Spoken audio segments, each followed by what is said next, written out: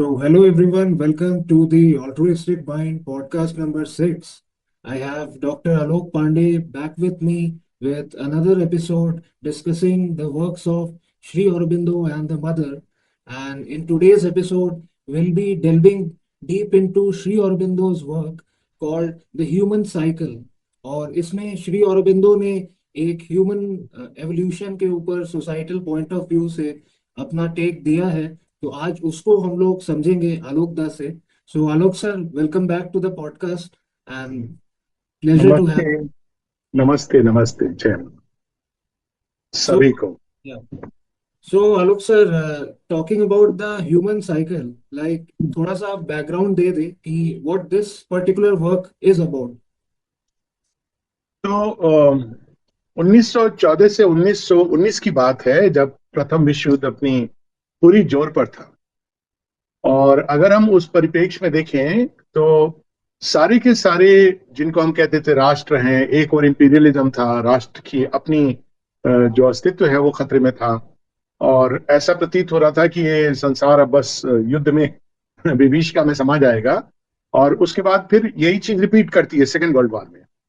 So during that time when the world was engulfed with world war of a magnitude as has never happened, if I we look at उसके सामने महाभारत भी छोटा पड़ जाएगा, क्योंकि महाभारत या जितने भी वार हुए वो एक सीमित भूखंड में हुए, इसमें सारा का सारा संसार इन्वॉल्व था। उस समय श्री अरविंद भविष्य के बारे में लिख रहे थे। तो ये बैकग्राउंड इसलिए इंटरेस्टिंग है कि उस समय जब हर तरफ सबको अंधकार नजर आ रहा था, श्री अरविंद आने वाले प्रकाश को देख रहे थे।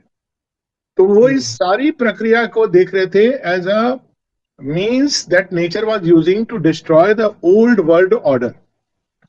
और हम देखते भी हैं ये दो वार्स के बाद में कितने नेशंस फ्री हुए। हालांकि ये नहीं कि वार के कारण हुए, हालांकि उसका अपना एक कंट्रीब्यूशन था। स्वयं India independence was partly because of the war, because resources सारे खत्म हो गए थे। तो उस समय श्री अरविंद मनुष्य के दूरगामी भविष्य समूह के रूप में इंडिविजुअल ह्यूमन बींग्स की बात की गई है, मोक्ष की बात की गई है, परफेक्शन की बात की गई है, सब जो हम लोगों ने पिछली बार डिस्कस किया है। लेकिन क्या ह्यूमन कलेक्टिविटी भी की भी कोई नियति है? तो अगर हम इसको इस तरह से देखें कि नहीं ये तो सब मोह माया है, तब तो नेचुरली उसका कोई औचित्य नहीं है प्रश्न का। लेकिन श्री अरविंद अगर हम अपने कंटेक्स्ट में जाएं तो श्री कृष्ण जो एक क्रिप्टिक फ्रेज यूज करते हैं श्रीमद् भगवत गीता में, लोक संग्रहार्थ, the collective march of mankind. तो वो एक हिंट है कि मैनकाइंड कहीं तो जा रही है और जिसके नेता स्वयं श्री कृष्ण है। तो यदि श्री कृष्ण एक अवतार के रूप में मैनकाइंड को ले जा रहे हैं तो कहाँ ले जा रहे हैं? और उस कंटेक्स्ट में जब हम ह्यूमन साइकिल पे आते हैं तो प्रारंभ भी वहां से होता है, मानव चक्र। यानी हम लोग सब ये चतुर्युग की बात करते हैं, व्हील ऑफ साइकिल्स। तो उसमें भी एक प्रश्न जो हमेशा रहता है कि ये क्या चक्र, घूम करके वापस प्रलय, फिर घूम के वापस प्रलय। तो ऐसा लगता है अजीब सा कि इसमें कोई प्रगति भी हो रही है कि नहीं हो रही है, या नाम मात्र की एक प्रगति और अंत में वापस वहीं आ जा रही है। तो यहाँ सबसे पहले श्री अरविंद ये बताते हैं हमें कि the evolution of it always tends upwards ultimately. तो अब क्वेश्चन है कि फिर प्रलय का क्या औचित्य है, या प्रलय के बाद कैसे हम ये कहते हैं कि आगे बढ़ रही है। तो वो स्पाइरल इवोल्यूशन की बात करते हैं। ये एक इंपॉर्टेंट चीज है कि व्हील ऐसे ही नहीं घूम रहा है, वो स्पाइरल इवोल्यूशन है। तो ये जो सतयुग है उसके बाद ये कलयुग और प्रलय आई। अब जो नया सतयुग होगा वो पुराने सतयुग से हायर होगा। That is the whole idea. So इस स्पाइरल इवोल्यूशन की बात करते हैं और सब बताते हैं कि अल्टीमेटली कि प्रलय का भी क्या औचित्य है और ये साइकिल कहाँ जा रही है। और ये एक collective consummation of the divine, यानी डिवाइन भगवान केवल व्यक्ति के ही अंदर नहीं है, विश्वगत भी है श्री कृष्ण के विश्व रूप में। और अगर हम देखें महाभारत वार के कंटेक्स्ट में, there was a purpose it served. तो सॉरी, उन दोनों लेवल पे भगवान का काम हो रहा है। मानव व्यक्ति का विकास हो रहा है और सामूहिक विकास हो रहा है। तो सामूहिक विकास पे जोर उन्होंने अपने इस वर्क में दिया है, जिसमें 3 मुख्य भाग हैं। एक है the human cycle, it's about how the collective evolution of race और the what we call as history, उसके पीछे क्या हो रहा है। बाहर से तो युद्ध हो रहे हैं, राजा महाराजा और इंपीरियलिज्म, ये सब नाटक दृश्य चल रहे हैं, लेकिन इसके पीछे वास्तव में क्या हो रहा है। तो ये तो ह्यूमन साइकिल है, cycle of humanity moving up. दूसरा उन्होंने the ideal of human unity, so hmm. Human unity के प्रयास हुए हैं, ऐसा नहीं है कि समाज के बारे में पहले किसी ने सोचा ना हो या प्रयास ना हुए हो। और तीसरा, इस ह्यूमन यूनिटी के साथ में उन्होंने तीसरा जो पार्ट लिया है, वार एंड सेल्फ डिटर्मिनिज्म। युद्ध होते हैं तो क्या हम इसको कॉमन भाषा में कहें तो क्या संसार में युद्ध का कभी अंत होगा, और हम्म। होगा तो कब होगा, कैसे होगा। और ह्यूमन यूनिटी जो अब ये बात जोर पकड़ रही है, जो बड़ी इंटरेस्टिंग है। अगर हम पिछले 50 वर्षों में देखें तो कहीं कई जगहों पे लोग यूनिटी की बात करते हैं। ये नारा बीच बीच में लगा है, लेकिन लिमिटेड सेंस में लगा है, जैसे फ्रेंच रिवॉल्यूशन में भी लगा है।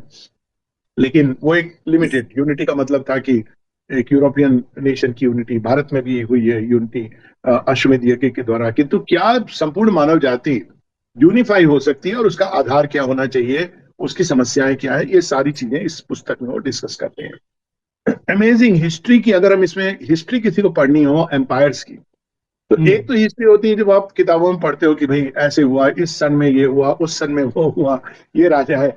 लेकिन अगर आपको हिस्ट्री की जो सूक्ष्म और गूढ़ जानकारी हासिल करनी है, तो ह्यूमन हम्म। साइकिल अमेजिंग है। तो मैं तो आश्चर्य, हम सब ने थोड़ी बहुत हिस्ट्री पढ़ी है, लेकिन जब मैं शेरन एम्पायर्स की बात करते हैं, जार्स की बात करते हैं, पर्शियन एम्पायर की बात करते हैं, ये सारी चीजें, यूक्रेन, रशिया, इन सब के बैकग्राउंड में क्या है, नॉट इमीडिएट बैकग्राउंड, तो बहुत आश्चर्य होता है कि उनको यूरोप की हिस्ट्री हो, लैटिन अमेरिका की हो, अमेरिका का कैसे भूखंड, और ये सब चीजें उसमें मेंशन है सार तत्व में।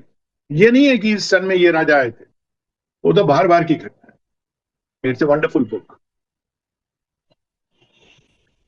So, in this session, shall we try to stick to the human cycle only? Then afterwards, yes maybe we can. Yes, we should try to stick to the human cycle, I quite agree with you. वही अपने आप में बहुत After, बड़ा विषय है। after this, we can delve into ideal of yes, we can humanity think and. About the others, yes, वैसे इसमें भी टच हो ही जाएगा। Hmm. तो सर, ह्यूमन साइकिल में श्री अरबिंदो ने बात की है 5 stages of human society evolution के बारे में। तो अगर आप उस पर थोड़ा सा बता पाए कि what are these 5 stages. So numbers तो एक बात है कि कितनी स्टेजेस हैं, परंतु पहले जो होती है वो ट्राइब्स आती हैं और कम्युनिटीज आती हैं। हम सब हम्म। जानते हैं वो मानव पहले तो, सबसे पहले तो केवल एक इंडिविजुअल्स हैं जो यहाँ वहाँ छोटे छोटे ग्रुप्स में घूम रहे हैं। फिर ये ग्रुप ऑर्गेनाइज करना शुरू करते हैं, जैसे एटम्स, मॉलिक्यूल्स बनते हैं, मॉलिक्यूल्स के बाद तो पहली जो स्टेबल यूनिट होती है वो ट्राइब्स की यूनिट होती है। उसके भी पहले परिवार, परिवार is the first stage we can say. और शेरविन इसमें 5 में से 3 जो मुख्य बताते हैं, और चौथी की बात करते हैं जो आ रही है, उसमें पहला है फैमिली यूनिट, और दूसरा है नेशन यूनिट, जो प्रमुख, मतलब जिसको हम कहेंगे कि एक तो है छोटी छोटी स्टेप्स हैं, और दूसरा जहां पे वो स्टेबिलाईज हो रही है, चेतना की विकास स्टेबिलाईज हो रही है, और तीसरा है कि विश्व वर्ल्ड यूनिट। ये 3 मुख्य जो चीजें हैं।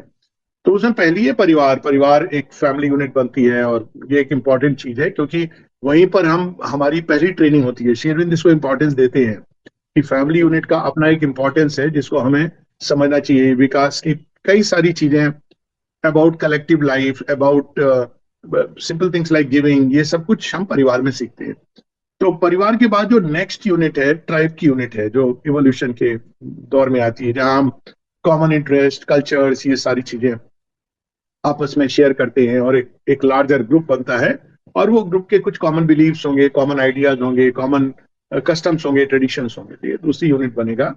और फिर इसके बाद जो है ये एक लार्जर स्टेट यूनिट्स बनने शुरू होते हैं, कुछ ट्राइब्स मिल करके they form certain state, the state idea comes in. और हम्म। यहाँ स्टेट ऐसे नहीं कि states combine into nation, but more और लेस जैसे हम देखते हैं कि कोई भी स्टेट ले लें, अगर आप उत्तर प्रदेश को ले लें या कहीं पर, तो उसमें अलग अलग जनजातियां हैं, दे आर डिफरेंट ट्राइब्स। अगर रूट्स में जाए, बट दे कम टुगेदर, जहां पर एक कॉमन कल्चरल इन्फ्लुएंस हो रहा है। और उसके आगे जब हम जाते हैं तो वो नेशन यूनिट बनती है। ये ट्राइब एंड जो जनजातियों का के मिल करके, जनजाति और जनजातियों के मिलने से जो स्टेट यूनिट बन रही है, वो एक फिर भी स्टेप्स है। जो मुख्य चीज जो आती है वो एक नेशन यूनिट की है। नेशन यूनिट में अलग अलग state with different backgrounds, cultures etcetera, they come together in A confluence. लेकिन यहाँ पर शेरविन नेशन यूनिट कैसे फॉर्म होता है उसकी बात बहुत उससे बताते हैं कि इसके लिए जो प्रमुख चीजें हैं, एक होनी चाहिए कि एक ज्योग्राफिकल बेसिस होना चाहिए देश के बनने का, क्योंकि अगर आपके पास ज्योग्राफिकल बेसिस नहीं है तो हमेशा एक इंटर रिलेशन, इंटर चेंज, ये सब होता रहेगा और एक प्रॉपर नेशन यूनिट नहीं फॉर्म हो जाएगा तो हो सकेगा। तो एक फिजिकल यूनिट चाहिए। दूसरा, एक कॉमन साइकोलॉजिकल मोल्ड होना चाहिए जो अनुभवों से गुजर करके बनता है। जैसे अगर हम देखें भारतवर्ष में, तो एक चाहे कितने भी हम लड़ाई झगड़ा कर ले, पर भारत ही नहीं, अगर आप भारत के उस बॉर्डर पे देखें, पाकिस्तान के पंजाब पार्ट को देख लो या बांग्लादेश का उस पार्ट को देख लो, अगर हम एक सेकंड को रिलीजन का पार्ट ड्रॉप करें तो बोल चाल, तौर तरीका, सोच, ये इतनी कुछ सिमिलर है कि ये समझना कठिन होता है कि ये अलग कैसे हो गया केवल एक रिलीजन के आधार पर। तो ये एक कॉमन मोल्ड ग्रो करता है, साइकोलॉजिकल मोल्ड, जिसके कारण ह्यूमैनिटी की एक कुछ कल्चरल अंडरस्टैंडिंग आती है जीवन के बारे में। तो ये सेकंड एस्पेक्ट है जो इंपॉर्टेंट है। और तीसरा है नेशन सोल। यहां पर वो एक अनूठी बात कहते हैं जो कही गई है लेकिन हम भूल चुके हैं इसको।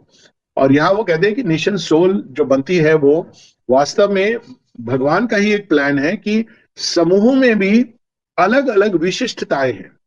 सो just as individuals, each individual has his स्वधर्म, तो वो उसकी विशिष्ट चीज है, वैसे ही मानव समूह में भी विशिष्टताएं हैं और वो विशिष्टताएं मूल रूप से नेशन यूनिट के रूप में आती हैं।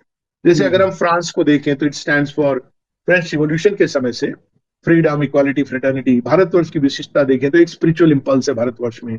तो ये विशिष्टताएं आवश्यक है इनके इनके ग्रो करने के लिए, क्योंकि ये एक विश्व यज्ञ है पूरे। अगर हम विश्व को देखें तो उसे प्रत्येक राष्ट्र को उस यज्ञ वेदी में अपनी आहुति देनी है।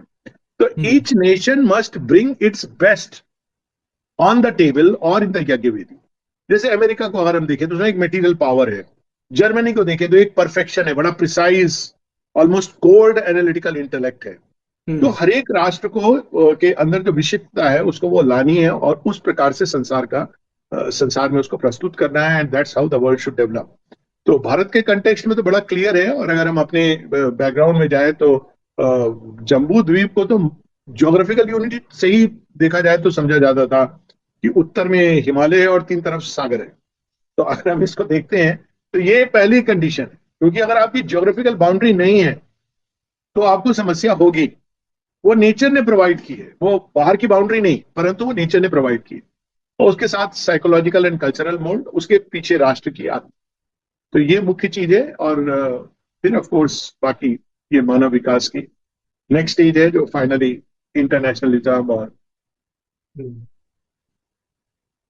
Sir, if we sort of talk about the particular individual in a society, like Sri Aurobindo gave certain terminologies like symbolic, typal, हाँ, conventional, हाँ, individualistic, rational, and subjective.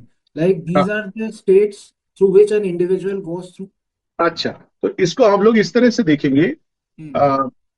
टाइपल पे अभी हम लोग टाइपल सिंबॉलिक, वो एक कलेक्टिव उसका भी है और एक इंडिविजुअल के भी विकास की जो पहली स्टेज होती है मनुष्य की, तब वो रीजन का प्रोमिनेंस नहीं है और वो एक प्रकार से वो डायरेक्ट सृष्टि के साथ एक अलग प्रकार का इंट्यूटिव कनेक्शन जोड़ता है, जिसको हम लोग अपने कंटेक्स्ट में देखें तो वैदिक एज।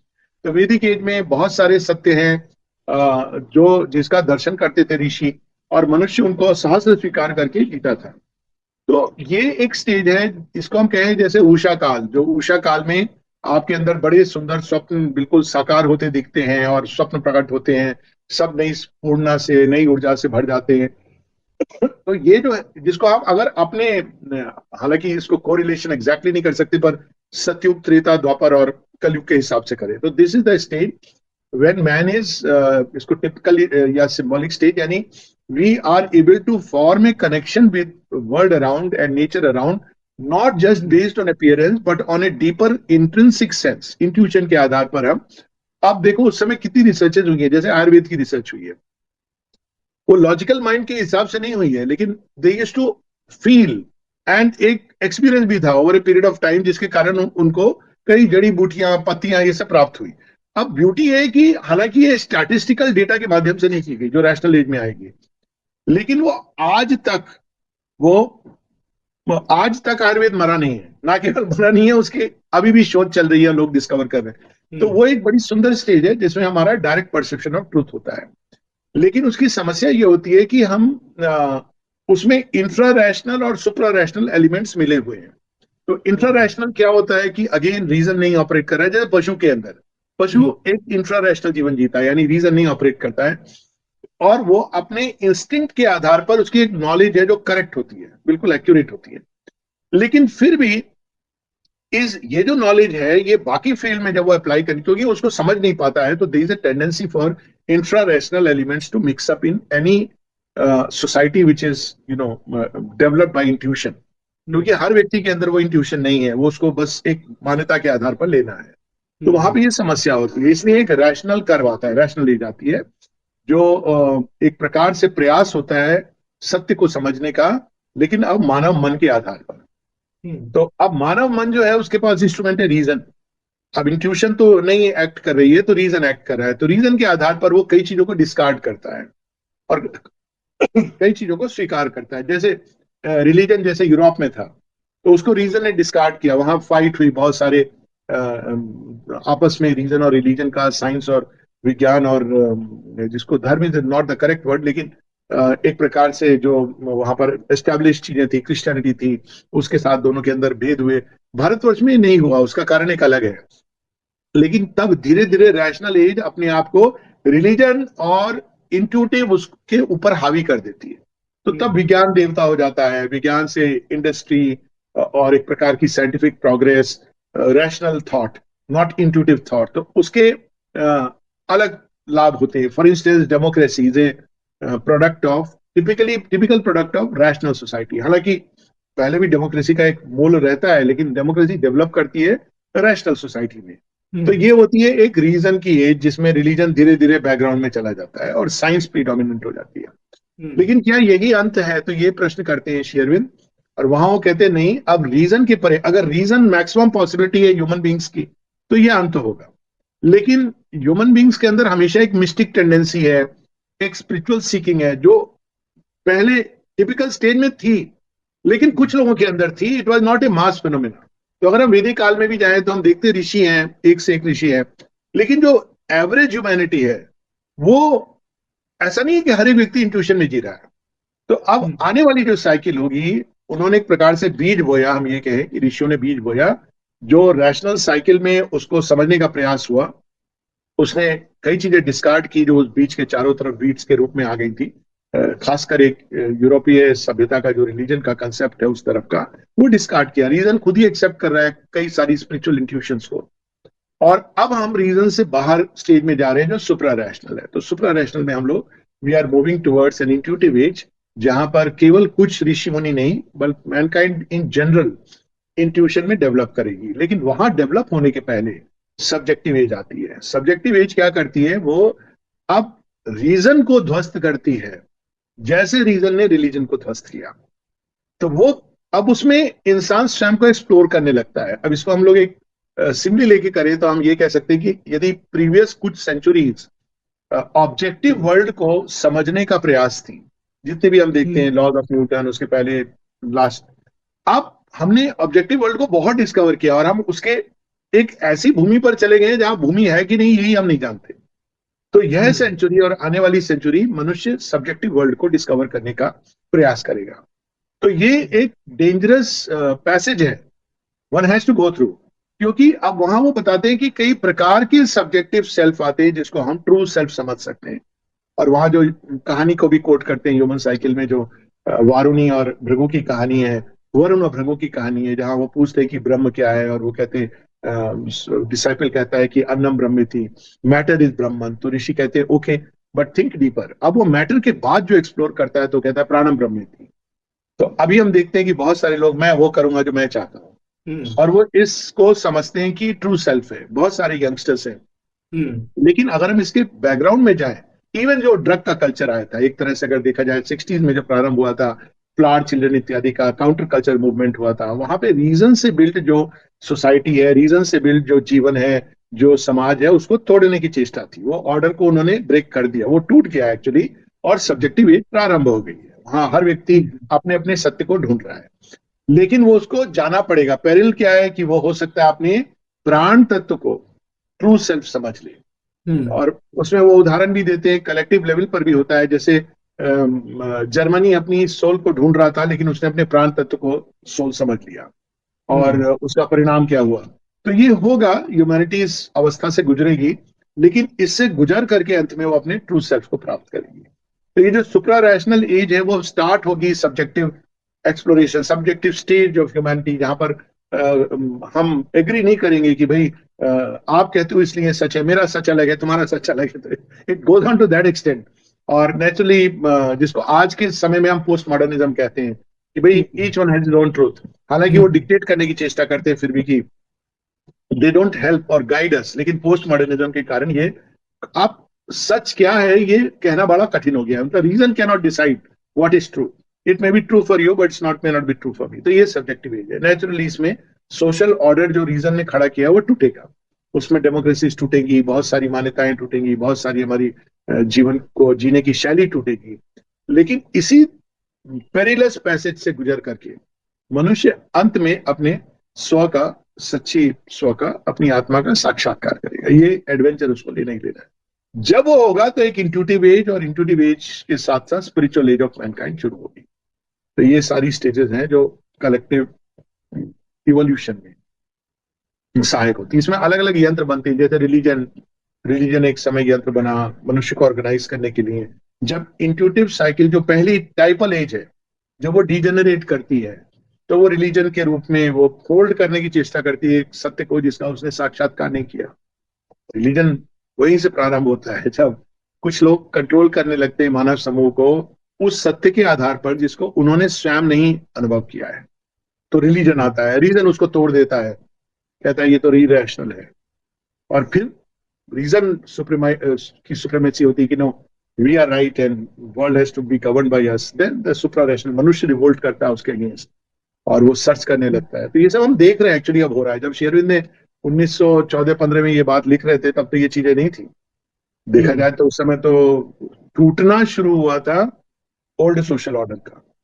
हम्म। तो now we can see it's so clear, subjective age, एक स्पिरिचुअल रिसर्जेंस प्रारंभ हो चुका है already. Hmm. So, sir, you talked about these dangers, like in the subjective age, like people with various sorts of their own sort of biases and experiences, exploring their subjective side and spirituality. So, like, what is the key to this? Like, धीरे धीरे जब आगे जाके इसमें ये जो इतना सारा विवाद आएगा कि सब अपने अपने एक सब्जेक्टिव पॉइंट ऑफ व्यू से एक्सपीरियंस ले रहे हैं, तो आगे जाके in due course of time, like what will be the key, जहाँ पे ऐसा ना हो कि सब अपने अपने जगह पे विघटन हो खड़े हैं। जाए। हाँ। तो ये इसकी भी बात करते हैं शेरविंद। वो कहते हैं कि बड़ी इंटरेस्टिंग बात वो बताते हैं। अब वो जोड़ते हैं कि सतयुग किसको कहते हैं, सतयुग। हम्म। तो वो कहते हैं कि सतयुग में भगवान विष्णु यज्ञ पुरुष के रूप में प्रवेश करते हैं, और वो गवर्न करते हैं जीवन को, यानी हर व्यक्ति अपने अंदर सत्य को जानता है। हम्म। तो सतयुग वही है जहां पर हर किसी को बाहर से बताना नहीं पड़ रहा है कि you should do this, you should not do this. कोई आपको इस कारण आप अच्छा नहीं कर रहे हैं क्योंकि आपको फियर है कि भाई मुझे पनिशमेंट मिलेगा, किंतु इसलिए कर रहे हो क्योंकि वो सच आपके अंदर नेचुरल रूप से जागृत है। और हम्म। इसको अगर हम टाइपल एज से जोड़े तो अभी फिल्म भी आई है इस प्रकार की, जैसे टार्जन। हम्म। टार्जन क्यों लोगों को प्रिय है? तो हम्म। टार्जन को कोई लॉजिकल चीज नहीं है, लेकिन हम्म। कहीं ना कहीं हम ये महसूस करते हैं कि टार्जन जो कर रहा है वो सही कर रहा है। हम्म। अब उसमें वो मानव चीजें कर रहा है, ऐसा नहीं कि कोई वो सुपर हीरो दिखाते, लेकिन वो अपने आप उसके अंदर एक इंट्यूटिव सेंस है सच का, और उस सच हम्म। में वो जीता है, और वॉट एवर ह्यूमन बींग्स में थिंक और अंडरस्टैंड अबाउट इट, वो सच को प्रकट करता है। अब लेकिन हम्म। मेंटल डेवलपमेंट का स्टेज शुरू होता है उसके बाद फिर से हम, लेकिन अब जो टार्जन के अंदर स्पॉन्टेनियस है, अनकॉन्शियसली है, अब we have to regain it consciously. तो हम ऐसे कह सकते हैं कि जो पहली इंट्यूटिव साइकिल है वो इट इज इन्वोल्यूशनरी बीइंग्स, यानी ऋषि जो है वो देवी सत्ताएं थी जो मानव शरीर धारण करती हैं और उनके अंदर ये चीज प्रकट होती है। अब मनुष्य को कॉन्शियसली इसके दिशा में जाना है। अब ये तो सच है कि अगर हम इसको अब जो डेंजर है इसकी बात करें, तो पहले स्पॉन्टेनियस ट्रूथ है, फिर जब हम त्रेता युग में जाते हैं तो राजा के पास ट्रूथ है। The king has to be fully in dharma, and hmm. Then वो हम देखते हैं राजा राम जो उसका चरितार्थ करते हैं कि राजधर्म के लिए सर्वोपरि है। द्वापर युग में कोडिफिकेशन प्रारंभ होता है, रूल्स रेगुलेशंस बनते हैं सोसाइटी के, और कलयुग में इन सबका सब समाप्त हो जाते हैं, जो डिस्ट्रक्शन होती है। तो जब डिस्ट्रक्शन शुरू होती है तो जो आप बता रहे हो, जो कई लोग इसको ऑब्जर्व भी करते हैं, उनको ये जेन्युइन डेंजर है कि एनार्किक स्टेज में समाज प्रवेश करता है, जहां हर व्यक्ति कहता है भाई मेरा सच तो ये है, तुम्हारा सच जो होगा होगा। तो ये एनार्किक स्टेज से जब गुजर रहा होता है समाज, जो गुजरेगा, I mean already one can see it is going toward that, तो ये बहुत खतरनाक पैसेज है। और वास्तव में अगर संसार के पीछे अगर कोई दिव्य सत्ता ना हो तो वो तो पाताल की ओर जाएगा। इसीलिए अवतारों की एक भूमिका ये रही है कि वेदानुधरते, हम जो हिडन ट्रूथ है संसार में उसको प्रकट करते हैं। तो अब ये कैसे चेंज होगा, श्री अरविंद इसका वर्णन करते हैं कि स्वतः ही ऐसे इंडिविजुअल्स हैं संसार के अंदर, समाज के अंदर, जो एक्चुअली तैयार हैं इस सत्य को धारण करने के लिए, जो जो beyond sects, let's put it like that, जो किसी सेक्ट में नहीं बंधे। जैसे पिछली बार आप इस बात को बड़े सुंदर ढंग से बता रहे थे, जो किसी सत्य को किसी सीमा में, रिलीजन की, सेक्ट की, कल्ट की सीमा में, ह्यूमन ओपिनियन की, इवन रीजन की नहीं बांधना चाहते। वो केवल सत्य का अन्वेषण नहीं कर रहे हैं, वो सत्य का साक्षात्कार करना चाह रहे हैं। तो इस प्रकार के मनुष्य संसार में आना शुरू होंगे स्पिरिचुअल एज में, जो कन्वेंशन, बिलीफ, केवल symbol for the sake of symbol without reproducing insight, वो इसको तोड़ेंगे, और वो जेन्युइन पायोनियर्स हैं। तो ये पायोनियर्स भी हम देख रहे हैं कि ये अपने आप आ रहे हैं, ये किसी के कहने से नहीं आ रहे। इसको बहुत विस्तार से शेयर जगह जगह बताई है कि ये पायोनियर्स इस संसार में आ रहे हैं जो किसी बिलीफ सिस्टम में नहीं बंधे हैं, और वो उसके परे एक डीपर लार्जर ग्राउंड। अब ये क्यों हो रहा है अगर आप पूछो तो मनुष्य नहीं रेगुलेट कर रहा। और यहीं पर श्री कृष्ण जब कहते हैं लोक संग्रहार्थ, या श्री अरविंद अपने कार्य के बारे में बता रहे हैं, तो मेरा ये मानना है और जो दिखता है कि इसके पीछे एक डिवाइन इंपल्शन है। और वो डिवाइन इंपल्शन कुछ इंडिविजुअल्स हैं जो बढ़ते जा रहे हैं इंसिडेंटली, जो इसको सीज कर रहे हैं। और वो जानते हैं कि मेरा सत्य का मतलब प्राणिक सत्य नहीं है, मेरे सत्य का मतलब ये नहीं कि मैं वो करूंगा जो मेरी मर्जी होगी। जो एक गाने भी इस तरह के बने कि भाई मैं वो करूंगा जो मेरी मर्जी होगी ना। इंडिविजुअल्स ऐसे हैं जो समझ रहे हैं, इस ग्राउंड पर आ गए हैं कि भाई ये नहीं है कि जो मैं करूंगा वो मेरी मर्जी है, जो मेरी मर्जी मैं वो करूंगा, या जो मेरी विचारधारा है वो मैं सब पे थोपूंगा। They are going beyond it, so they are the mature souls. And जैसे तुम्हारे ही पॉडकास्ट है, इस तरह की और भी चीजें आ रही हैं, I would say they are in the right direction leading humanity. तो पायोनियर जो होंगे ये हर युग में रहे हैं, और ये पायोनियर्स बढ़ते चले जाएंगे। और इनके दबाव से, because more and more these pioneers will increase in number, और इसका समाज के ऊपर एक प्रकार का प्रेशर पड़ेगा, वो समाज मोल्ड होने लगेगा। तो उस तरह से हम एनार्की से बाहर निकलेंगे। ये रीजन से नहीं आएगा, कोई पॉलिटिकल गवर्नमेंट के प्रेशर से नहीं आएगा, क्योंकि गवर्नमेंट तो रूल्स रेगुलेशन बना सकती है, लेकिन मनुष्य के अंदर वो क्या सोचता है, क्या महसूस करता है, ये गवर्नमेंट के अधिकार में नहीं है। But this change will come because of pioneers, individuals. So, Sri Aurobindo emphasized a lot that after a point of time, faith must be transformed into experience. Yes. Mm. So, in the spiritual path also, we have to operate with a sense of our intellect, जहाँ पे हम check कर रहे हैं खुद को और सामने वाले के साथ भी डिस्कस कर रहे हैं क्या एक्सपीरियंसेस है, क्या बेटर अंडरस्टैंडिंग्स हमें मिल सकती है, ताकि हम लोग एक ऐसी सोसाइटी बना पाए या मैनिफेस्ट कर पाए जहाँ पे एक सेंट्रल थीम के पॉइंट ऑफ व्यू से सब एक दूसरे के साथ मिलके चल रहा है और कोशिश कर रहा है ज्यादा से ज्यादा एक दूसरे के साथ मिलके चलने के लिए। तो हम्म, तो ये हमारे पास एक मॉडल है, और वो मॉडल फिर से बाहर आ रहा है। इसकी भी बात शेरविंद ने कही है कि ये जो रिडल है ना मनुष्य की, जो विविधताएं हैं, उनको कैसे एक सूत्र में पिरोना है बिना उनको समाप्त किए। जैसे पहले भी प्रयास हुए इस प्रकार के, लेकिन वो एक सेक्ट, कल्ट, एक रिलीजन, ब्रदरहुड, उस तरह के प्रयास हुए हैं।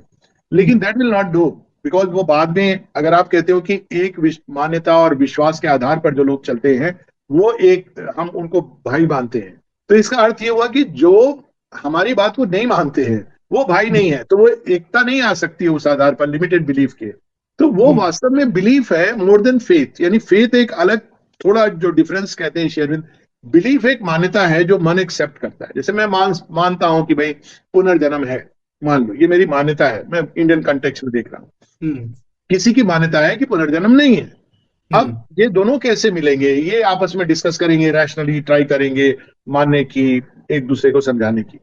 लेकिन फेथ जो है वो एक अलग ग्राउंड से आता है, जिसके अंदर एक इंट्यूटिव नॉलेज है। जैसे फॉर एग्जांपल, अब हम्म। पुनर्जन्म को अगर मैं ले लूं, तो हम्म। साइंस और नो साइंस, प्रूफ और no proof, the hmm. Idea that if there is a human soul or a spiritual element in humanity, hmm. then rebirth is a logical necessity. Now this is an intuitive sense, because hmm. otherwise कि भाई एक life है जिसमें आप आए और चले गए, it sounds absurd.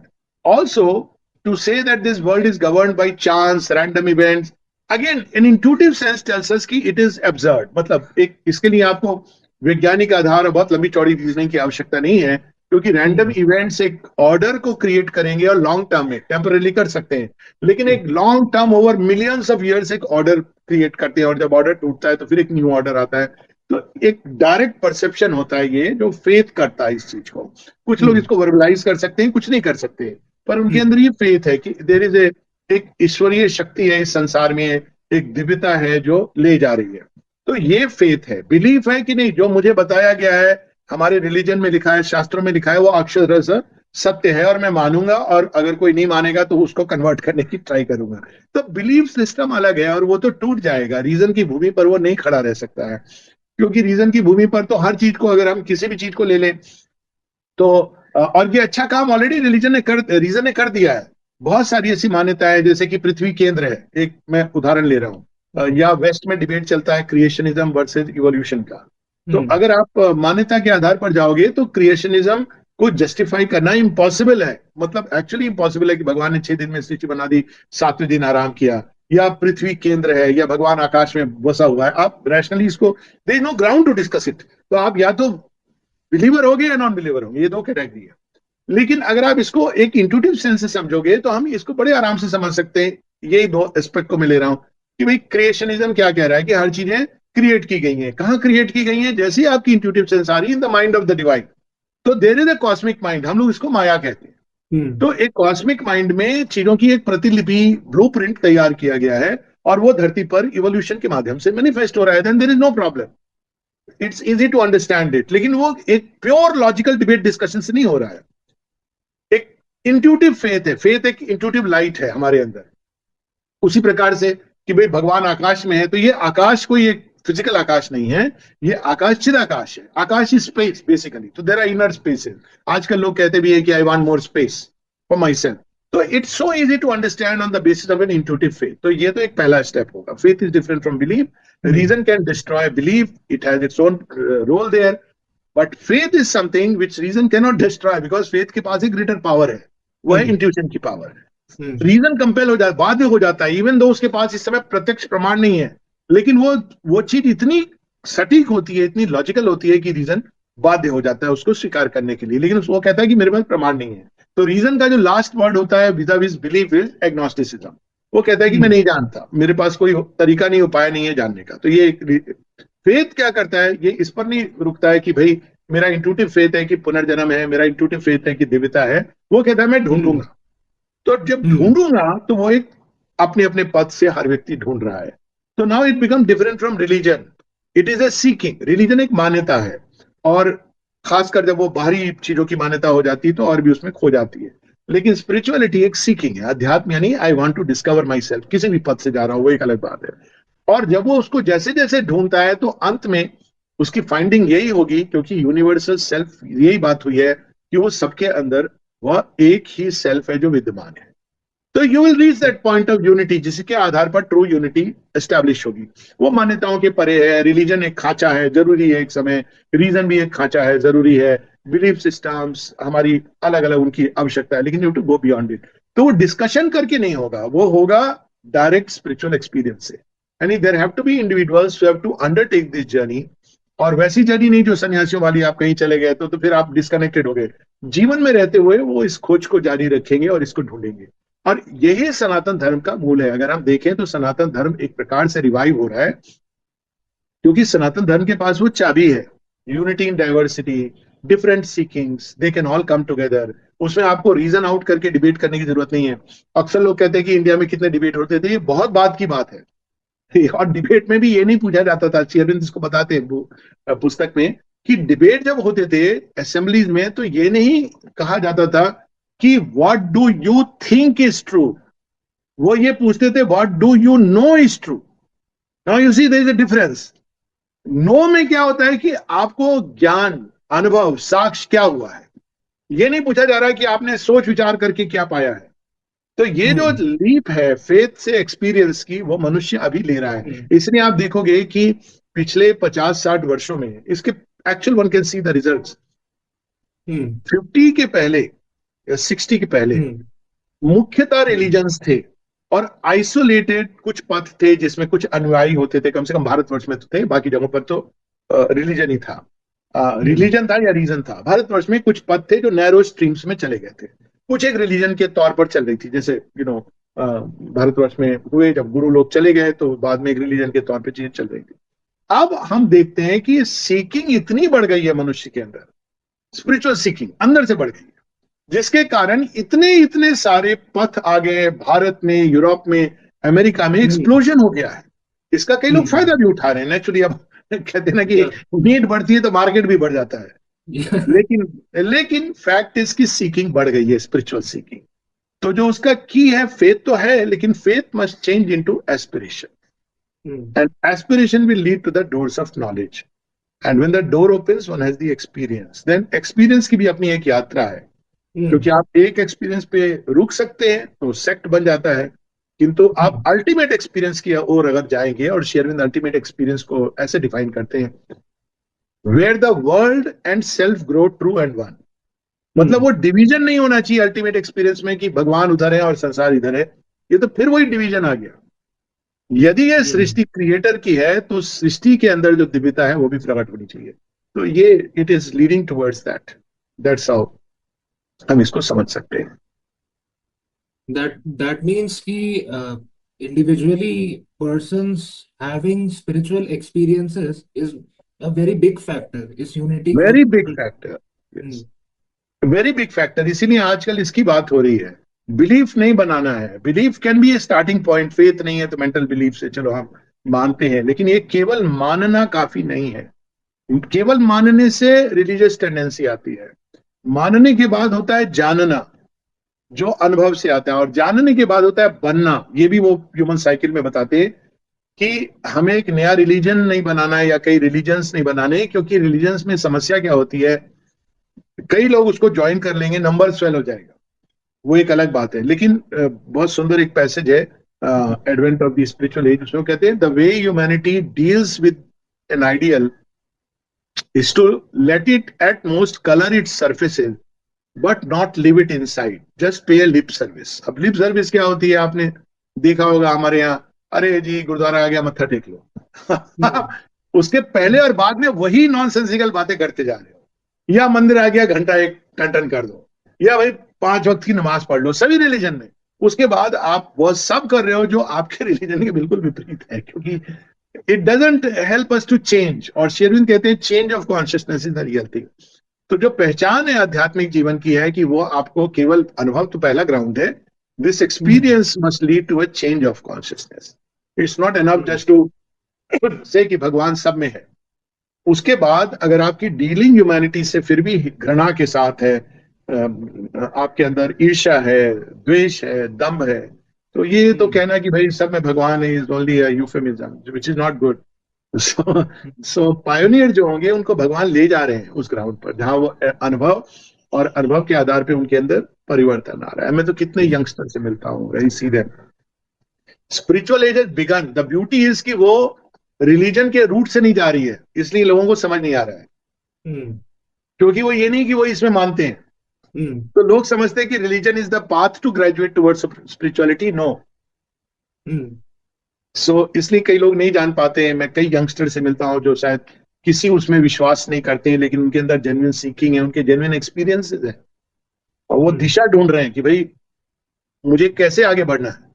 पर वो कहने में हिचकिचाते हैं, क्योंकि जो उनके पेरेंट्स हैं, समाज है, उनको स्लॉट में डालता है।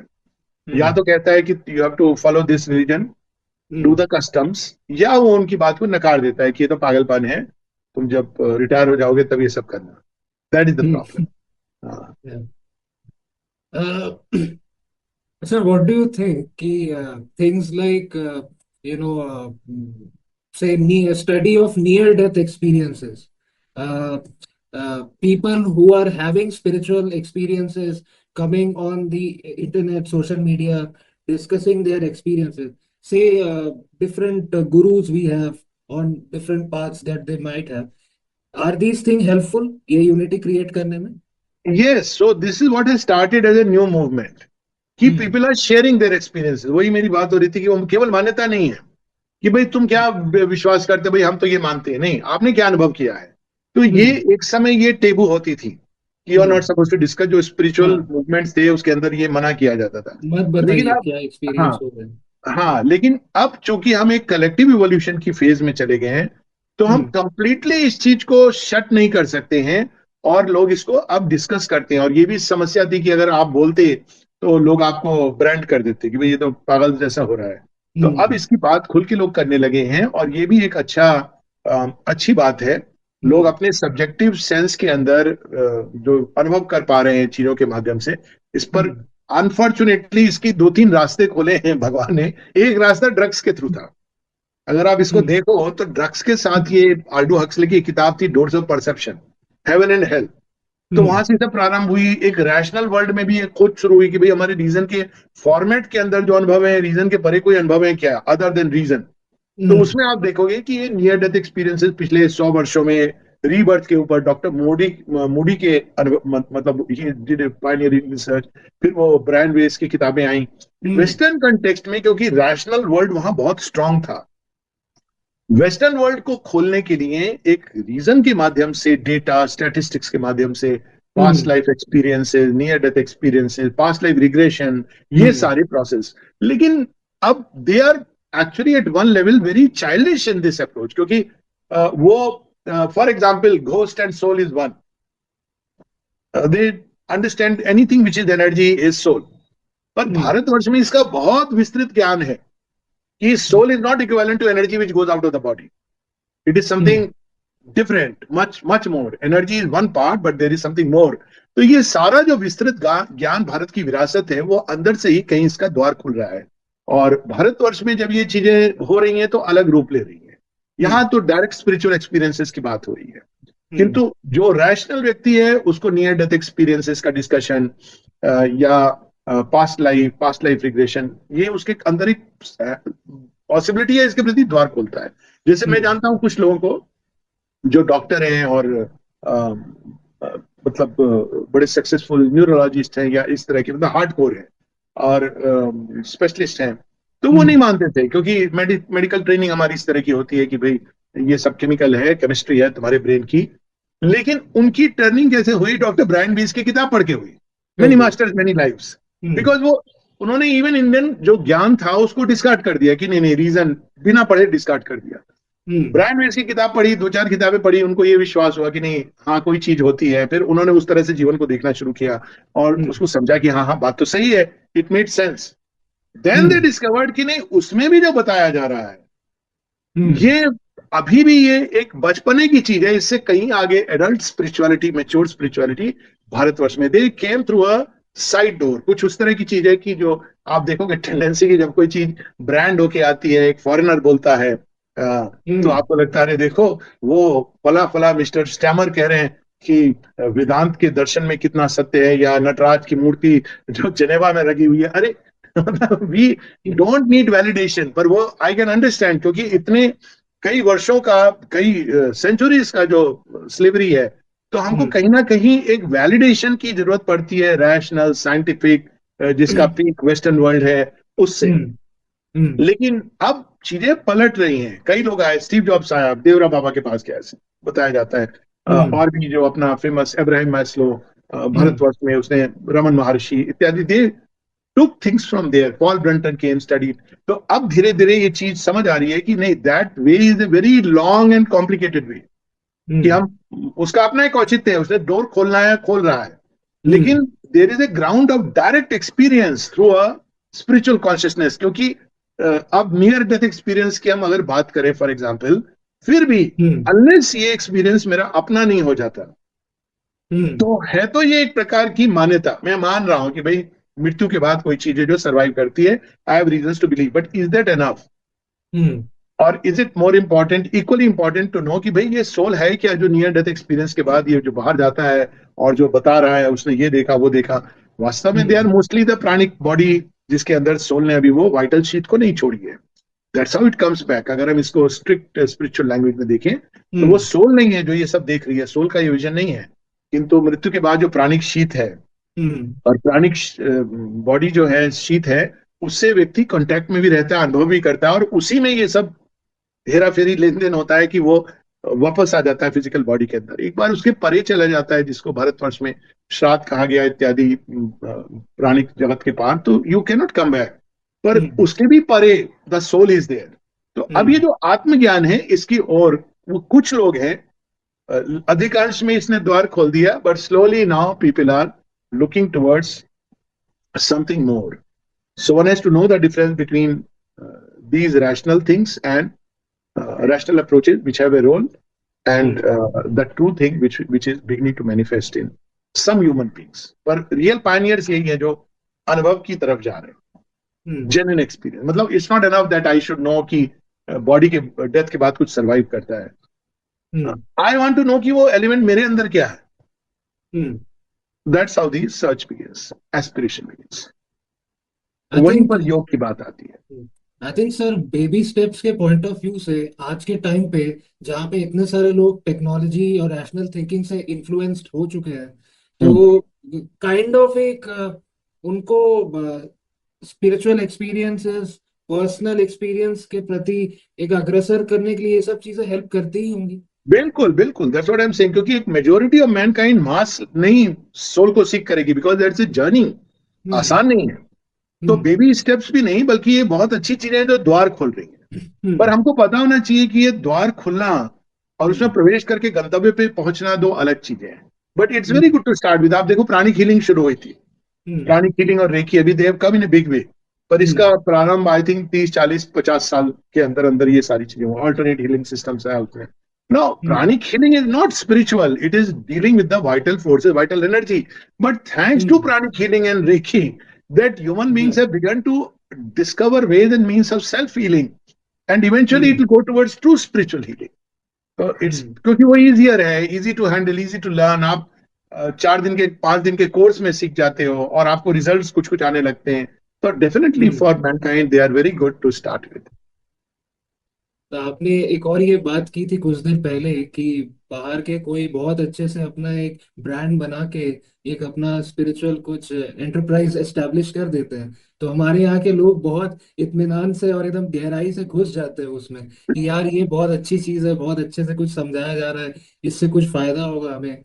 But at the same time, people who are creating these things, they are also taking a lot of mixed bag content idhar udhar se, and they are creating a business model. Like I have seen in social media, YouTube also, a lot of entrepreneurs have popped up in the past decade in US who are sort of integrating a lot of Eastern spirituality and mixing that with all these scientific approaches that they are doing in the West and creating business model which is sort of offering people some sort of healing and spiritual knowledge. वो मैं देख रहा था कि मतलब यहाँ पे भी अभी लोग हैं हमारे कंट्री में भी. यही पेरेंट्स हैं जो एक इनएविटेबल पेरेंट्स हैं. हम्म. अभी हुआ भी था, हॉट योग शुरू हुआ था, वो तो इंडिया का ही कोई पायनियर था यूएस में. उसने आपको हाई स्टीम उसमें वो योगासन करा के बाद में ही वाज कॉट बिकॉज कई सारे स्कैंडल्स निकले उसके चारों तरफ. इस तरह की कई सारी चीजें प्रारंभ हुई हैं. एक समय 30 साल पहले की बात कर रहा हूँ कि 2 हफ्ते का कोर्स था जिसमें आपको वर्चुअल रियलिटी के माध्यम से निर्वाणिक एक्सपीरियंस दिया जाएगा. Now there are people who go for hmm. It. So लेकिन इसीलिए ये आवश्यक है कि इसके एंड पॉइंट के भी कुछ लोग हों जो ये बता सकें दोनों चीजें. Impersonally they are part of the plan, larger plan, hmm. But always there should be people who should steer humanity beyond this initial adventure जहां पे आपके पांव लड़खड़ा भी सकते हैं, गिर भी सकते हैं. पीपल लूज मनी के. मेरा एक सिंपल क्राइटेरिया है जो कि तुमने ये बात रेस की है, हम्म. मैं तो सबको ही बताता हूँ. आत्मज्ञान या कोई भी जेन्युइन स्पिरिचुअल टीचिंग पैसे लेके नहीं दी जाती है. हम्म. ये हमारे यहाँ एक कंसेप्ट था, वो कंसेप्ट बड़ा सुंदर था. वो होता है गुरु दक्षिणा. हम्म. क्योंकि आप नॉलेज का कोई प्राइस टैग नहीं लगा सकते हो. जो भी हम्म। अगर ये कह रहा है कोई भी हो कि भाई मैं 10,000 रुपए या डॉलर या उसमें आपको ये चीज दे दूंगा, तो वो फंडामेंटल प्रेमाइस ही गलत है। Because there are people who have lot of money but they are not अधिकारी। तो सनातन धर्म में अधिकारी भेद होता था, जितने भी जेन्युइन मास्टर्स हैं वो इसमें इसको करते थे। आज ये हम्म। सब मॉडल वेस्ट में ईस्ट में शुरू हो गए हैं, जहां मनी है। Now money has to come, but it hmm. Should come as a spontaneous, divine will arrange. There would be people who would come and they would automatically offer money. One of the things जो मुझे आश्रम के बारे में बड़ी सुंदर यही लगती थी कि कोई पैसे किसी से नहीं मांगे जा रहे और सस्टेन हो रहा है, चल रहा है। एक आपको क्वाइटली बड़ा नॉन डिस्क्रिप्ट सा ऑफरिंग बॉक्स रखा हुआ है हम्म। और उसमें भी आपको डालने हैं तो कोई रोके गए भैया अपना नाम वाम लिख दो ताकि हम आपको रसीद भेज सके। तो this test me because nobody is catching me and asking me money for anything.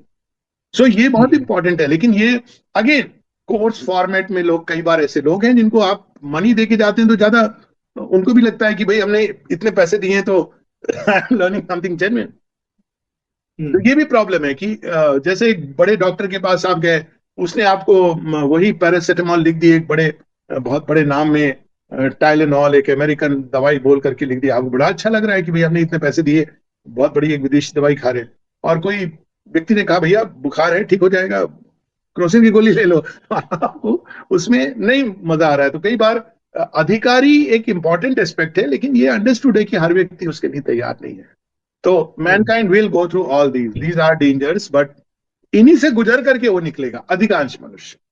तो मैं ऐसे लोगों को भी जानता हूं जो इस प्रोसेस में गए, फिर उनको जेन्युइन एक एस्पिरेशन आई and then they came to something more true, more real, more genuine. तो ये दोनों चीजें चलेंगी पैरेलल। हम्म। तो सर, ह्यूमन साइकिल में श्री अरबिंदो ने बारबैरिज्म के बारे में बात की है। Like barbarism when the person और individual identifies with the body, then barbarism that is operating from the vital beings point of view, yes. And then a kind of a mental barbarism जहाँ पे intellect के basis पे व्यक्ति अपने हिसाब से चीजों को चलाने की कोशिश कर रहा है। इसको आप एक बार संक्षेप में बता सकते हैं, लाइक व्हाट हाँ, तो दीज। इसको हमारे शास्त्रों में देह आत्मबोध कहा गया। और इसकी हम्म। बड़ी सुंदर कहानी है विरोचन और इंद्र की, कि देह और प्राण को ही जो समझते हैं सेल्फ, यानी वो समझते हैं कि यही आत्म तत्व है, वो barbaric tendency naturally. Shri Ramakrishna ने इसको एक सिंपल एग्जाम्पल के थ्रू बताया कि ऐसे बर्ड्स हैं जो आकाश में ऊपर उड़ते, स्ट्रांग है, बलशाली हैं, लेकिन उनकी आंखें जमीन पर जो मांस का टुकड़ा उस पर रहती है। तो हम्म। बेसिकली इंटेलेक्चुअल, इसमें कई चीजें उन्होंने कहा है, इकोनॉमिक बार्बरिज्म। अब कई हम्म। है जो आपने देखा होगा कि एक किस्सा मैं उदाहरण दे रहा हूं संक्षिप्त में, कि आप एक ब्रांडेड शॉप में जाते हैं। तो ब्रांडेड हम्म। शॉप में जाकर के आप एक शर्ट खरीदते हैं 5,000 रुपए की, या एक जारा के यहाँ जाके एक आपने शॉर्ट्स ले ली 5,000 रुपए की। अब क्या उसकी वर्थ है? लेकिन इसके पीछे मानसिकता क्या है? मानसिकता खून चूसने की है। मतलब अगर देखें तो इसका मानसिकता यही है कि हम लोगों को मूर्ख बना के कैसे पैसे बनाए। अगर इसको एकदम आप क्रूडली देखें, वो उसकी हम्म। जो एक्चुअल बनाई है वो 500 रुपए की होगी, बनी होगी किसी उसमें। और ये सब लोग जानते हैं, सरोजनी नगर मार्केट से जिनका जो वाकिफ है वो जानते हैं इस चीज को।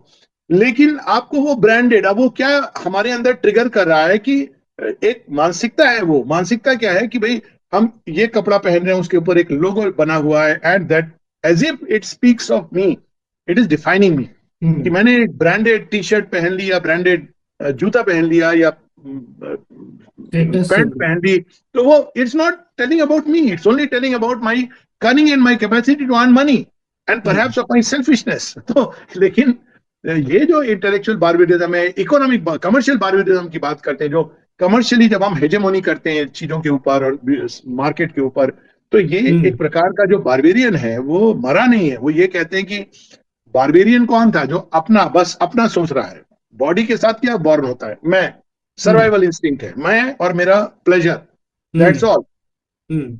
अगर दूसरे मेरे शरीर को पोषित करते हैं और मुझे प्लेजर देते हैं तो मैं भी इन रिटर्न कुछ दूंगा, लेकिन हम्म। सर्वोपरि मेरा अपना इंटरेस्ट रहेगा। तो हम्म। अब यही चीज कितनी मैग्निफाइड होकर के कि आप कोई प्रोडक्ट दे रहे हैं, लेकिन किस बेसिस पर? मुझे भी वो रिटर्न मिलना चाहिए। आइडियलिज्म नहीं है, हालांकि वो प्रेजेंटेशन ऐसे हो रहा है जो जिसकी आपने अभी हाल में देखी कि वो बड़े आइडियल्स के लिए लड़ रहे थे, यूक्रेन वार कोई आइडियल नहीं है, वो लड़ाई किस चीज की हो रही थी। अब सत्य सामने आ गया कि भाई वो जो कितने इंडिया की जीडीपी से 5 टाइम्स मोर जो उनके अंदर रेयर और मिनरल्स हैं, ये लड़ाई उसकी है हम्म। कि हम्म। रशिया ले या अमेरिका ले। अब वो सच सामने आ गया एक्चुअली अनविटिंगली, क्योंकि इस सत्युग में हम प्रवेश कर रहे हैं। तो क्या है, इट इज हम्म। बार्बेरिज्म कि भाई I will give you but I want to grow hmm. Super rich at so ये बार्बेरियन अब इंटेलेक्चुअल लेवल पर आ गया है, जहां पर वो नैरेटिव्स का वार शुरू हो गया। नैरेटिव के वार के पीछे हेजेमनी है, हेजेमनी के पीछे हम्म। ये है कि भाई I will be more powerful than you, I will hmm. Control the Nations, I will control humanity. तो बिल्कुल वो तो बड़ा स्पष्ट दिख रहा है ये नाच, मतलब। और ये अभी भी हमारी मानसिकता में, अब ये जो इंटेलेक्चुअल बार्बेरियन है वो कैसे करता है चीजों को। वो एक सूट में आएगा, एक ब्रांडेड उसमें आ रहा है, या वो बड़े पावर पॉइंट के साथ फला फला आपके हार्वर्ड यूनिवर्सिटी में, ऑक्सफोर्ड यूनिवर्सिटी में पढ़े हुए व्यक्ति हैं, और वो आपको बड़ी एक चेस्ट इंग्लिश में बोल रहे हैं, लेकिन वो नॉनसेंस कह रहे हैं। मैं तो ऐसे एक्सपीरियंस कर चुका हूँ, ऐसे लोग हैं जिन फेमस पीपल जिनके, मैं बैठा था कॉन्फ्रेंस में, वो सोल पर बोल रहे थे, और जब हम्म। उन्होंने प्रेजेंटेशन किया, सब अमेरिकन की बात कर रहा हूं, मैंने कहा कि लेकिन आपने जो कुछ बोला ये तो कुछ भी सत्य नहीं है। तो he was surprised। मैंने कहा have you had the experience of the soul? Then I started telling him कि none of this what you are saying is relates to the soul, it all relates to the vital body। तो हम्म। अब उन्होंने कभी इस तरह से उसको अनुभव नहीं किया था, सोचा नहीं था लोग इस चीज को, जैसे डिसिल्वा मेथड आया था, तो ये सारी हालांकि वो perhaps he was still a little genuine. अब ये भी डिस्कवर हो रहा है कि अब हार्वर्ड यूनिवर्सिटी में इनके जो एजेंडा है, ऑक्सफोर्ड के जो एजेंडा है, किनको वो बुलाते हैं। तो ये जो बार्बेरियन है अल्टीमेटली वो क्या चाह रहा है, केवल मैं, मेरा शरीर, मेरा प्राण, उससे जो जुड़ी ट्राइब्स हैं, ट्राइबल मेंटालिटी, वो जो मेरी तरह हम्म। सोचते हैं, मेरी तरह जीवन जीना चाहते हैं, उनको मैं एनकरेज करूंगा, बाकी सबका विनाश करूंगा। तो ये भी बड़े हम्म। प्रोमिनेंटली ये चीज दिखाई दे रही है कि मैं और किसी को फ्लरिश नहीं करने दूंगा। मेरी विचारधारा से तुम अगर वाकिफ हो तो आई विल एक्सेप्ट यू, बाकी सबको मैं इंटॉलरेंट बोल के, I am intolerant but I am saying others are intolerant, I will demolish them.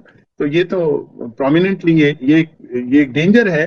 और ये डेंजर इसका जो एक सबसे बड़ी इसमें जो सूक्ष्म थ्रेड है इकोनॉमिक बार्बेरिज्म में, उसका एक जो सबसे, लेट मी पुट इट, एक डिसेप्टिव गेम शुरू हो गया है, वो है कि there is nothing like country और nation. This is so dangerous where the free market has its advantages, but now you see there are countries which want to control the free trade. Now ये सारी चीजें अब तो बाहर आ गई हैं, public domain में है कि युद्ध किस लिए लड़े गए हैं, मार्केट के लिए। तो ये जो एस्पेक्ट आया है ह्यूमैनिटी के अंदर, जो प्रारंभ हो रहा है, अब लोग परिचित हो रहे हैं इससे कि हम फ्री मार्केट करके धीरे धीरे इकोनॉमिक कंट्रोल करेंगे, इकोनॉमिक कंट्रोल करेंगे तो हम पावरफुल होंगे, मेरे और मेरे हम्म। जैसे लोग वो सुप्रीमेसिस्ट होंगे और वो संसार के ऊपर काबू करेंगे। And they are using very deceptive language. इसीलिए श्री अरविंद नेशन सोल को बहुत इंपॉर्टेंस देते हैं कि हर एक राष्ट्र की अपनी आत्मा है, उसको उसको प्रिजर्व करनी चाहिए एट एनी एक्सटेंट। तो बाकी हम्म। सब चीजें स्वदेशी और स्वराज तो पहली चीजें कि वी शुड प्रिजर्व इट, उसके लिए नेशनल एजुकेशन की बात करते हैं, क्योंकि नहीं हम्म। तो हम इसमें उलझ जाएंगे। ये एक बहुत बड़ा एक बारबेरिज्म। और ये है कि भाई बॉडी इज रिक्वायर्ड, प्राण तत्व रिक्वायर्ड है, लेकिन they should not hmm. Govern, they are instruments of the soul. मुख्य चीज ये है कि दे आर रिक्वायर्ड। वो ये नहीं कह रहे कि इनको डिस्कार्ड करो, पर ये हमारे ईगो और डिजायर सेल्फ के अधीन ना रहकर ये हमारी सोल, आत्म तत्व भगवान के अधीन रहे। यही डिफरेंस है कर्ण और अर्जुन में। If you want to put a very simple example, दोनों में हो सकता है समान हो ना हो, वो एक अलग विषय है ऑल टुगेदर, लेकिन जो कर्ण है वो जीवन को जी रहा है अल्टीमेटली देह आत्मबोध के आधार पर। हालांकि उस जानता है क्या सही है, बट वो देह आत्मबोध के आधार पर जी रहा है जीवन को। और उसका तरीका ये है, 1 सेकेंड, हाँ कम कम प्लीज कम, सिट। तो देह आत्मबोध के आधार पर वो जीवन को जी रहा है, और उसका जो तरीका ये है कि वो अल्टीमेटली अंगराज उसको बना दिया गया है। तो अब उसने अपनी कॉन्शियस सब कुछ, वो बड़ी सुंदर बात कर रहा है कि भाई it is because of generosity, मैं कृतज्ञ हूं। और उसका जो प्राण है, उसका जो शरीर है, वो इंस्ट्रूमेंट बन गया है किसका, एक इविल डिजाइन का। और वहीं पर अर्जुन, उसके अंदर भी प्राण शरीर सब सबल है, लेकिन it has become the instrument of the divine working in humanity. तो ये आवश्यक है कि body and vital are not our self, but they have their place. The problem is एक spirituality है which discards them, कि they have no hmm reality. इससे हमको बचना है. Illusionism बहुत हम्म बड़ा डेंजर है, ये एक इक्वल डेंजर है, क्योंकि then we say yes, body and vital are not myself and therefore actually they have to be discarded. ये भूल नहीं करनी है. Body and hmm vital are important. They must become instrument of the divine, instruments of the soul, rather than be at the mercy of the ego and desire. तो जहां वो ego और Dzire की मर्सी पर है, वहां पे देहात्म बोध है, वहां बार्बेरिज्म है, और वही बार्बेरियन है. अच्छे कपड़े पहन कर आता है, मर्सिडीज से उतर रहा है आजकल, चेस्ट इंग्लिश बोल रहा है और हार्वर्ड में पढ़ा हुआ है. यही डिफरेंस है, और नजर उसकी वही है. ये जो आपने बात की इकोनॉमिक बार्बारिज्म की, how through economic domination like countries are sort of exploiting other nations. So recently after Mr. Trump again came into power, I've been following some of the podcasters in the US who are trying to dig deep into all these American sort of policies जो भी इतने दिनों तक रही है. तो उन वो बात करते हैं एडमिनिस्ट्रेशन और इंटेलिजेंस में लोगों से जो जितना हो सके ओपनली बता पाए. तो वो हमेशा ये रीजन देते हैं कि अगर हम नहीं करेंगे ऐसा तो कोई और करेगा. तो इसका कुछ सॉल्यूशन नहीं है. नहीं नहीं, I tell you what, Trump मुफट है, बस यही अंतर है. सबने यही किया है. हम्म इराक वार किस लिए हुआ था? अफगानिस्तान में क्यों गए थे? बात वही है. ये बोल देता है, फर्क बस इतना है. हम्म लेकिन उनकी मानसिकता यही रहेगी कि हम नहीं करेंगे तो कोई और करेगा, क्योंकि उनके फॉर्मेट के अंदर देह आत्मबोध के परे कुछ है ही नहीं. हम्म तो इसीलिए भारत को एक सशक्त राष्ट्र बनना है. ये सत्य हम्म केवल और केवल आज के समय में भारत कर सकता है. कुछ हम्म हद तक मुझे व्यक्तिगत रूप से आशा फ्रांस के प्रति रही है, क्योंकि फ्रांस जेन्युइनली एक समय आइडियल्स के लिए खड़ा हुआ है. वो और बात है कि हम्म अब वहां से वो प्रारंभ हो गया है, एक अलग प्रकार की लेफ्टिस्ट विचारधारा. लेकिन फिर भी I I hope that France can stand for certain ideals. France और भारत का मिलन हो. रूस के अंदर भी एक समय एक आइडियलिस्टिक टेंडेंसी रही, मिस्टिक टेंडेंसी रही है रूस के अंदर बहुत बड़ी, और अमेरिका के अंदर मिस्टिक संभावनाएं हैं. तो ये कैसे इसका सोल्यूशन होगा? एक तो भारत को एक स्ट्रांग लेकिन स्पिरिचुअल नेशन के रूप में इमर्ज करना होगा.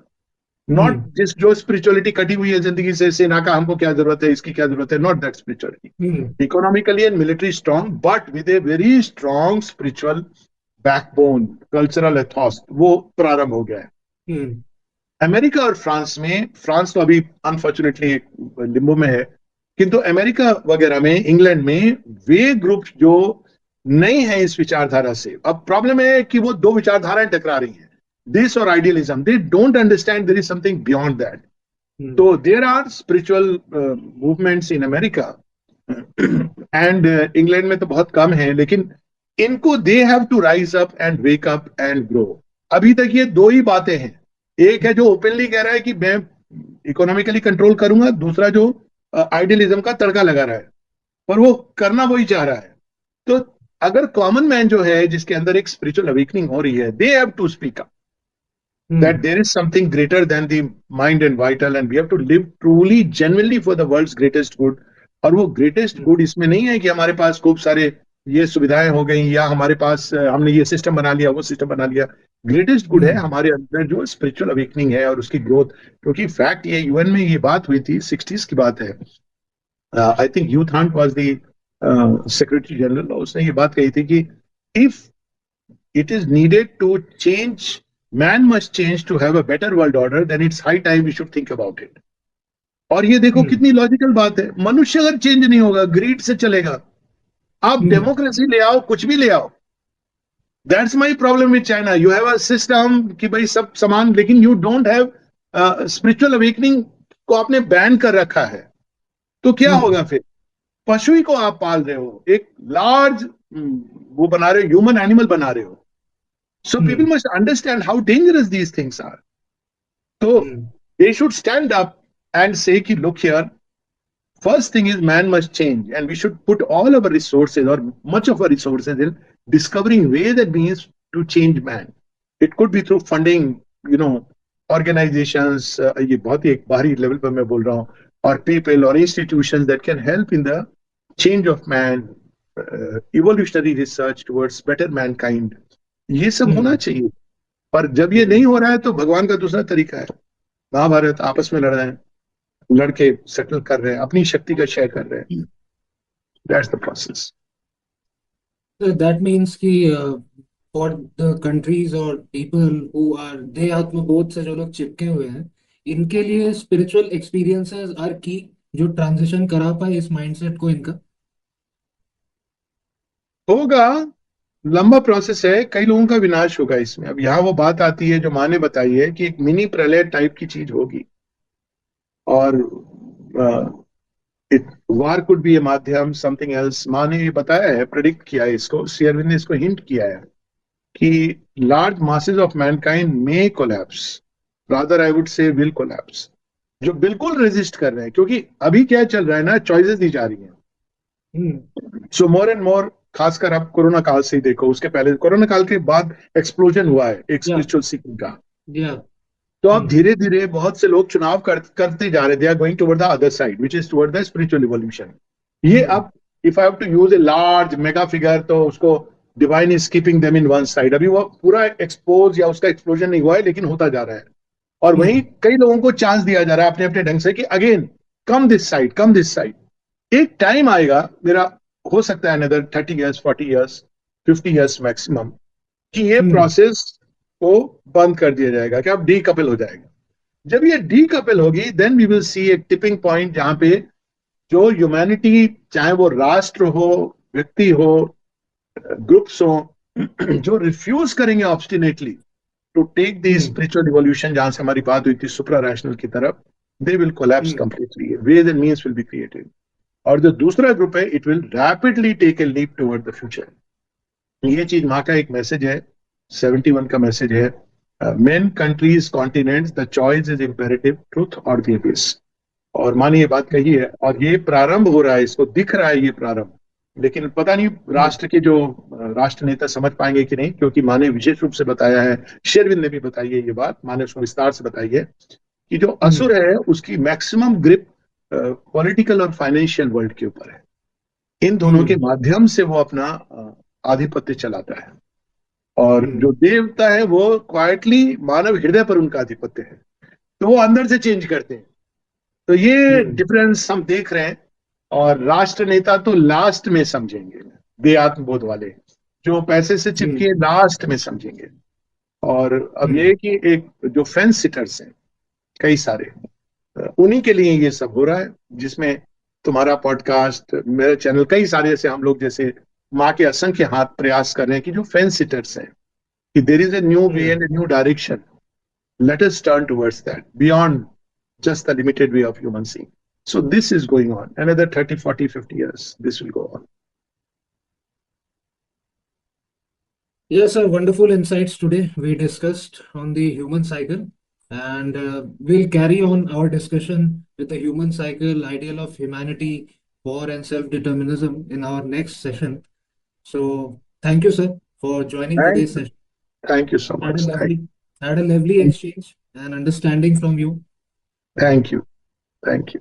Thank you, everyone. We'll join again with another podcast. Stay tuned.